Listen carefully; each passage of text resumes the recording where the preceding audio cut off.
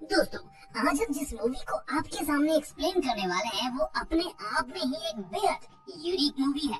आपको कंतारा मूवी तो याद ही होगी, जिसकी एक्सप्लेनेशन हमने अपने इसी चैनल पर दी थी और आप लोगों ने उसको काफी अप्रिशिएट भी किया था। उस वक्त हमें कई लोगों ने कमेंट में बोला था कि हम वैसे ही और मूवीज की एक्सप्लेनेशन आप लोगों के सामने लाएं। इसलिए दोस्तों हाजिर है आज साउथ इंडियन सिनेमा की एक और सर चकरा देने वाली मूवी की एक्सप्लेनेशन के साथ, जिसका नाम है चुरुली। दोस्तों, जितना अजीब इस मूवी का नाम है, यकीन मानिए उससे कहीं ज्यादा अजीब इस मूवी की स्टोरी है। इसलिए मैं आपको चुरुली शब्द का मतलब आखिरी में बताऊंगा, ताकि आप लोगों का सस्पेंस बना रहे। तो चलिए बिना समय गंवाए शुरू करते हैं। आम की एक आत्मा की कहानी सुना रही होती है, जिसमें दादी बताती है कि दूर एक जंगल में पेरुमदन नाम की आत्मा रहती है और उसका काम होता है जंगल से गुजर रहे लोगों को भ्रम में डालकर उन्हें रास्ते से भटका देना। इस वजह से धीरे धीरे जो लोग शॉर्टकट की वजह से उस जंगल के रास्ते का सहारा लेते, वो फिर कभी उस जंगल से बाहर नहीं निकल पाते और न वापस आ पाते। इसलिए लोगों ने उस जंगल से जाना ही बंद कर दिया। लेकिन एक दिन एक साधु ने सोचा कि वो पेरुमदन को अपनी शक्तियों में कैद कर लेगा, इसलिए वो उस जंगल में चला जाता है। काफी देर घूमने के बाद भी उसे वो आत्मा नहीं मिलती, लेकिन तभी रास्ते में एक गेंद दिखाई देती है, जिसे वो अपनी टोकरी में रख कर आगे बढ़ जाता है। दरअसल वो उस गेंद को अपने बच्चे के खेलने के लिए अपनी टोकरी में रखता है, पर थोड़ी देर बाद उसे पता चलता है कि वो गेंद असल में एक आर्माडिलो है। दोस्तों, आर्माडिलो एक ऐसा जानवर होता है जो खतरे के वक्त खुद को गेंद जैसी आकृति में ट्रांसफॉर्म कर लेता है, और जब उसे लगता है कि खतरा टल चुका है तो वो वापस अपनी असली आकृति में आ जाता है। तो अब साधु को पता चल जाता है कि वो एक आर्माडिलो है। अब वो उससे उस आत्मा के पास जाने का रास्ता पूछने लगता है, जिस पर वो आर्माडिलो उसे उस जंगल के अलग अलग रास्ते से यहाँ वहाँ घुमाता रहता है। लेकिन फिर भी साधु पेरुमदन को नहीं ढूंढ पाता। असल में वो आर्माडिलो ही पेरुमदन की आत्मा होती है, जो साधु को उस जंगल में ही गोल गोल रास्ते में फंसा देती है और वो साधु वापस नहीं निकल पाता। अब यहाँ से कहानी शिफ्ट होती है दो पुलिस वालों पर, जो जॉय नाम के एक गुंडे की तलाश में चुरुली इलाके में जा रहे होते हैं। वो वहाँ जाने से पहले अपने नाम बदल लेते हैं। सीनियर ऑफिसर अपना नाम एंटनी रख लेता है और जूनियर ऑफिसर अपना नाम सजीवन रख लेता है। अब दोनों भेष बदलकर चुरुली इलाके में एक बस की हेल्प से आ जाते हैं और बीच रास्ते में उतरकर एक ढाबे पर लंच करते हैं। वहाँ वो खुद को एक लेबर के रूप में दिखाते हैं, जो शहर से काम की तलाश में वहाँ आए हैं। इस बीच हम देखते हैं कि एक आदमी अखबार में खबर पढ़ रहा होता है कि अमेरिका में एलियन ने एक आदमी को अगवा कर लिया है। खैर, लंच करने के बाद दोनों ऑफिसर वहाँ से चुरुली के लिए निकल पड़ते हैं, जहाँ रास्ते में उन्हें एक गाड़ी वाला दिखाई देता है, जो उनसे कहता है कि ये गाड़ी अभी थोड़ी देर में चुरुली जाएगी, लेकिन कुछ और सवारियाँ आ रही हैं, इसलिए थोड़ा इंतजार कर लो। इसके बाद एंटनी और सजीवन वहाँ बाकी लोगों का इंतजार करने लगते हैं, जिस बीच वो शख्स उनसे पूछता है कि तुम चुरुली क्यों जा रहे हो, जिस पर एंटनी कहता है कि वो वहाँ एक बगीचे में काम करने आए हैं। जिसके बाद वो आदमी सोचने लगता है कि आखिर चुरुली में किसका बगीचा है। फिर थोड़ी देर बाद सोचने के बाद वो कहता है कि तुम टनकन के बगीचे में काम करने आए हो,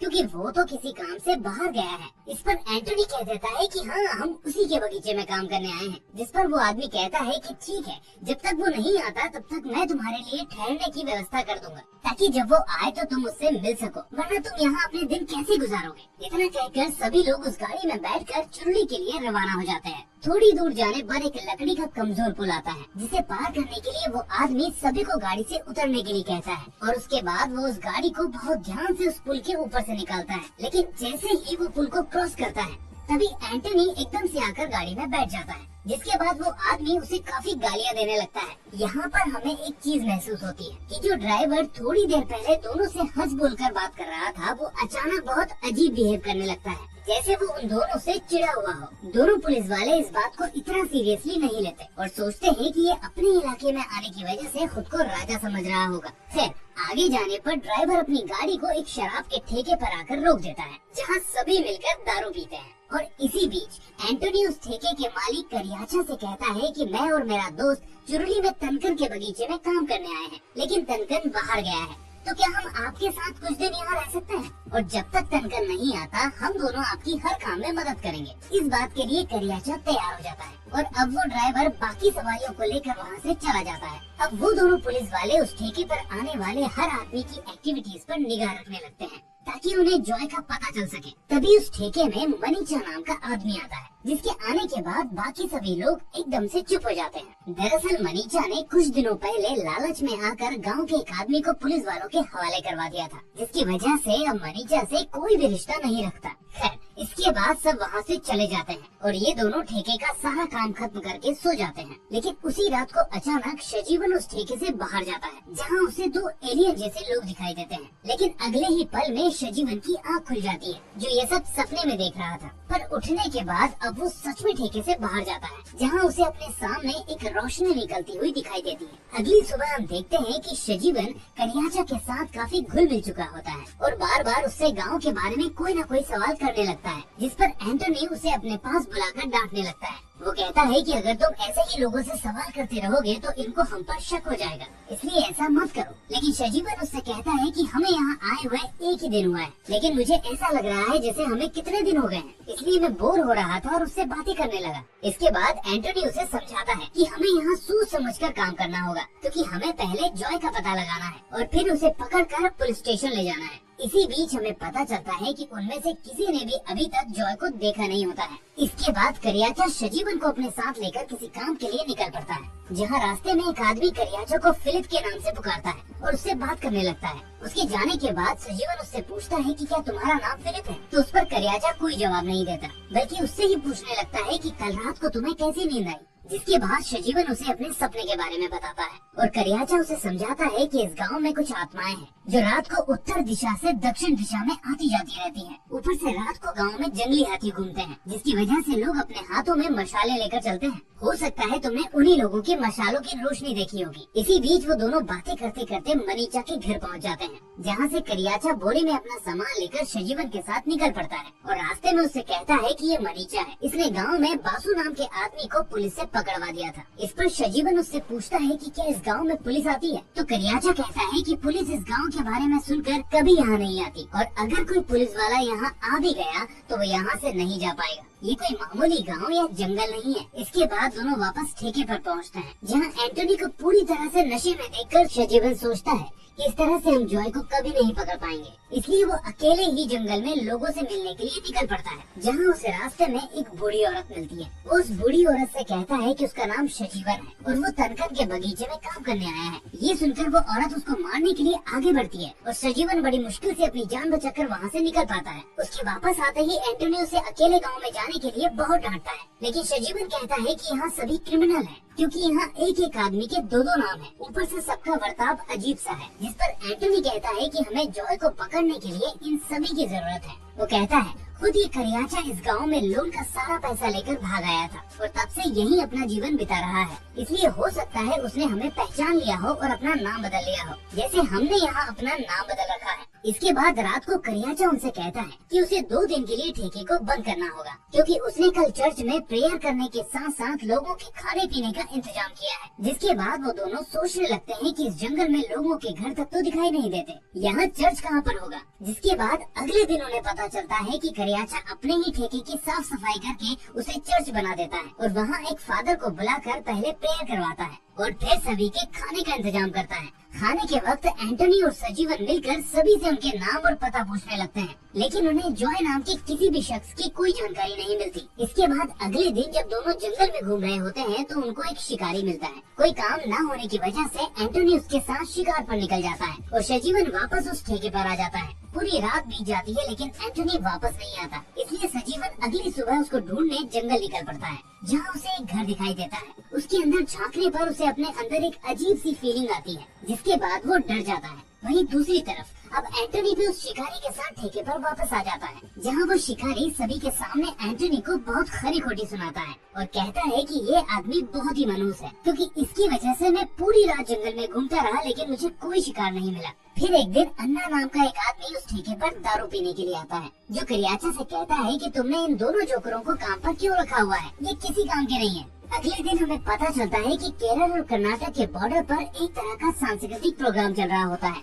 जिसमें चुरुली गांव के लोग भी हिस्सा ले रहे होते हैं। वहाँ वो एक तरह की प्रथा को दोहरा रहे होते हैं, जिसमें दो लोगों को एक दूसरे के सामने बैठाकर थप्पड़ मारने के लिए बोला जाता है। जहाँ हम देखते हैं कि अन्ना नाम का वो आदमी एक एक कर सभी को इस प्रथा में हरा देता है और उसके बाद गांव के लोग जबरदस्ती सजीवन को वहाँ बैठा देते हैं, जिसके बाद अन्ना उसको भी थप्पड़ मार मार कर हरा देता है। उसी रात एंटनी देखता है कि सजीवन उसके पास नहीं है, तो वो सोचता है कि शायद वो बाहर गया होगा, लेकिन सुबह होने तक सजीवन नहीं लौटता और इस बीच एक आदमी अन्ना को ढूंढते हुए उस ठेके पर पहुंच जाता है। तभी एंटनी देखता है कि सजीवन भी वहीं मौजूद है, तो वो सजीवन से कहता है कि तुम रात को कहाँ थे, जिस पर वो बोलता है कि मैं तो तुम्हारे पास ही सो रहा था, शायद तुमने कोई सपना देखा होगा। इसके बाद हमें पता चलता है कि गांव में अन्ना के गुमशुदा होने की खबर चारों तरफ फैल चुकी है और इसी बीच सभी को अन्ना की लाश भी मिल जाती है, जिसको किसी और ने नहीं बल्कि सजीवन ने ही मारा होता है। उसी शाम एंटनी, सजीवन और वो शिकारी मिलकर फिर से शिकार पर निकलते हैं, जहाँ रात को उनको रास्ते में दो अजीब से लोग दिखाई देते हैं, जो देखने में किसी एलियन जैसे लग रहे होते हैं। वो दोनों एलियन मिलकर एक चुटकी बजाते हैं, जिसके बाद वहाँ एक स्पाइरल शेप बनने लगता है, जिस पर सजीवन फायर कर देता है और उसके बाद वो देखते हैं कि उसकी गोली एक जानवर को ही जाकर लगी है। वो तीनों उस जानवर को लेकर वापस गाँव आ जाते हैं, लेकिन जब वो तीनों वापस आ रहे होते हैं तो रास्ते में वो शिकारी उनसे अलग हो जाता है, जिसके बाद एंटनी और सजीवन मिलकर उसको ढूंढने लगते हैं, लेकिन सुबह होने तक वो उसको ढूंढ नहीं पाते और वापस गांव की तरफ आ जाते हैं। पूरी रात चलने की वजह से एंटनी की कमर में दर्द होने लगता है, जिसको ठीक करने के लिए गांव के लोग उसे एक औरत के पास ले जाते हैं, जो एंटनी का इलाज करने लगती है और इसी बीच वो सजीवन से कहती है कि शायद उसने उन दोनों को कहीं देखा है। इसके बाद जब सुबह होती है तो वो उन दोनों को पहचान लेती है, लेकिन गांव वालों को इस बारे में कुछ नहीं बताती। इसी बीच कहानी में एंट्री होती है तनकन की, जो शहर से वापस गांव आ रहा होता है। वापस आते वक्त वो उसी गाड़ी में आ रहा होता है जिस गाड़ी में एंटनी और सजीवन इस गांव में आए थे। उस गाड़ी का ड्राइवर तनकन से कहता है कि तुमने जिन दो लोगों को अपने बगीचे की देखभाल के लिए बुलाया था, उनको मैंने करियाचा के ठेके पर रोक रखा है। जिस पर तनकन कहता है कि मैंने तो किसी भी व्यक्ति को काम के लिए नहीं बुलाया, आखिर तुमको ऐसा किसने बोला। इसी बीच एंटनी और सजीवन उस ठेके पर पहुंच जाते हैं और तनकन भी वहां आ जाता है, जिसके बाद सभी उन दोनों से पूछने लगते हैं कि आखिर तुम कौन हो और यहाँ क्यों आए हो। इस दौरान तनकन कहता है कि लगता है इन दोनों को मारना पड़ेगा, क्यों न हम इन दोनों के टुकड़े करके जंगल के अलग अलग कोने में फेंक दें, ताकि कोई इनको पहचान न पाए। इसके बाद सभी लोग हमला करने के लिए दोनों की ओर बढ़ते हैं, लेकिन तभी सजीवन अपनी पिस्टल निकालकर हवा में फायर करने लगता है, जिसके बाद सभी गांव वाले वहां से डरकर भाग जाते हैं और तनकन एंटनी से माफी मांगने लगता है। वो कहता है कि उसे लगा कि वो कोई घुसपैठिया है, अगर वो पुलिस वाले हैं तो वो उनकी पूरी मदद करेगा। जिसके बाद एंटनी उससे जॉय का पता बताने के लिए कहता है, इसलिए तनकन एंटनी और सजीवन को लेकर जॉय के घर की तरफ निकल पड़ता है और गांव के लोग भी उन तीनों का पीछा करने लगते हैं। यहाँ हम देखते हैं कि जंगल का रास्ता वाकई में बेहद खतरनाक और भूल भुलैया जैसा है और आखिरकार वो दोनों जॉय के घर पहुँच जाते हैं। अंदर जाकर वो देखते हैं कि जॉय लेटा हुआ है और उसका शरीर पूरी तरह से पैरालाइज्ड हो चुका है। वो सिर्फ बोल पा रहा होता है, उसके अलावा उसका शरीर कोई भी मूवमेंट नहीं कर रहा होता है। अब एंटनी कहता है कि हम दोनों तुमको गिरफ्तार करने के लिए यहाँ आए हैं और हम तुमको यहाँ से ले जाएंगे। जिसके बाद जॉय कहता है कि मैं पूरी तरह से पैरालाइज हो चुका हूँ, मुझे आप यही छोड़ दो ताकि मैं अपना इलाज करवा सकूं। जिस पर एंटनी कहता है कि तुम्हारा इलाज जेल में भी हो सकता है, शहर में और भी डॉक्टर्स हैं, इसलिए हम तुमको लेकर ही जाएंगे। एंटनी की इस बात को सुनकर गांव के लोग हंसने लगते हैं और कहते हैं कि तुम्हें वाकई लगता है कि तुम इसको यहाँ से ले जा सकते हो, जरा इसे हाथ लगाकर तो दिखाओ। इसके बाद जॉय गांव वालों को इशारा करता है और चुप रहने के लिए कहता है और फिर वो एंटनी की तरफ देखकर उससे कहता है कि अगर आपको लगता है कि आप मुझे यहाँ से ले जा सकते हो तो मैं आपके साथ चलने के लिए तैयार हूँ। जिसके बाद सुबह सुबह वो दोनों जॉय को जीप में डालकर जंगल से शहर के लिए निकल पड़ते हैं। आगे जाकर एंटनी रास्ता भूल जाता है और जॉय से कहता है कि क्या तुमने यहाँ का रास्ता देखा है। तो जॉय उन दोनों को रास्ता बताने लगता है। रास्ते में वो दोनों को एक कहानी सुनाने लगता है, जो कि उन दोनों की ही होती है कि एक दिन दो पुलिस वाले जंगल में जॉय नाम के आदमी को ढूंढने वहाँ आते हैं, जहाँ पूरे गांव वाले ऐसा नाटक करते हैं जैसे वो उन दोनों को जानते नहीं है। जॉय इतनी ही कहानी सुना पाता है कि तभी एंटनी उससे चुप रहने के लिए कहता है। वो उसको चिढ़ाता है कि तुम्हारे हाथ पैर बंधे हुए हैं फिर भी तुमको चैन नहीं है। जिस पर जॉय उससे कहता है कि क्या होगा अगर मेरा शरीर अभी के अभी ठीक हो जाए और मैं तुम्हारी कैद से आजाद हो सकूं। तो इस बात पर एंटनी हंसने लगता है और अगले ही पल जॉय अपने हाथ खोलकर उनको ऐसा करके दिखा देता है। तभी अचानक जंगल के बीचों बीच एक तेज रोशनी उन्हें अपनी ओर खींचती है और वो तीनों उसके अंदर समा जाते हैं और यही होता है मूवी का दी एंड। दोस्तों अब आप सर खुजा रहे होंगे कि आखिर वो तीनों गए कहाँ, आखिर वो जॉय पकड़ा गया या नहीं, और आखिर ये रोशनी आई कहाँ से। तो दोस्तों मूवी के डायरेक्टर ने ये जवाब हमारी समझ के ऊपर छोड़ दिए हैं। जैसा कि मूवी के शुरू में सजीवन कई बार कहता है कि मुझे लग रहा है कि मैं यहाँ बहुत दिनों से हूँ, जबकि मुझे यहाँ सिर्फ एक दिन ही हुआ है। इससे पता चलता है कि शायद वो दोनों एक टाइम लूप में फंस चुके हैं, जिसमें वो एक ही चीज को बार बार कर रहे हैं। हो सकता है जैसे ही वो तीनों उस रोशनी में समाये, वैसे ही एंटनी और सजीवन एक बस में बैठकर उस जंगल में आकर उतरे और जॉय को पकड़ने के लिए निकल पड़े। और यही है इस मूवी के नाम का मतलब, चुरली यानी स्पाइरल, एक ऐसा पहिया जिसके अंदर सिर्फ गोल गोल रास्ता है, और जहाँ इसका केंद्र है वही है वो रोशनी जो बार बार केंद्र के पास पहुंचकर इनको फिर से शुरू में ले जाती है। तो दोस्तों उम्मीद है आपको इस मूवी की एक्सप्लेनेशन पसंद आई होगी। अगर ऐसा है तो इस वीडियो को लाइक और शेयर करना ना भूलें। साथ ही हमें कमेंट में बताएं कि आपको क्या लगता है एंटनी और सजीवन का क्या हुआ होगा। अगर ऐसी ही और भी मूवीज को देखना चाहते हैं तो चैनल को सब्सक्राइब करने के साथ साथ नोटिफिकेशन बेल को भी दबाना ना भूलें। हम मिलते हैं आपसे अगली ऐसी ही दिमाग हिला देने वाली मूवी के साथ। तब तक के लिए टेक केयर।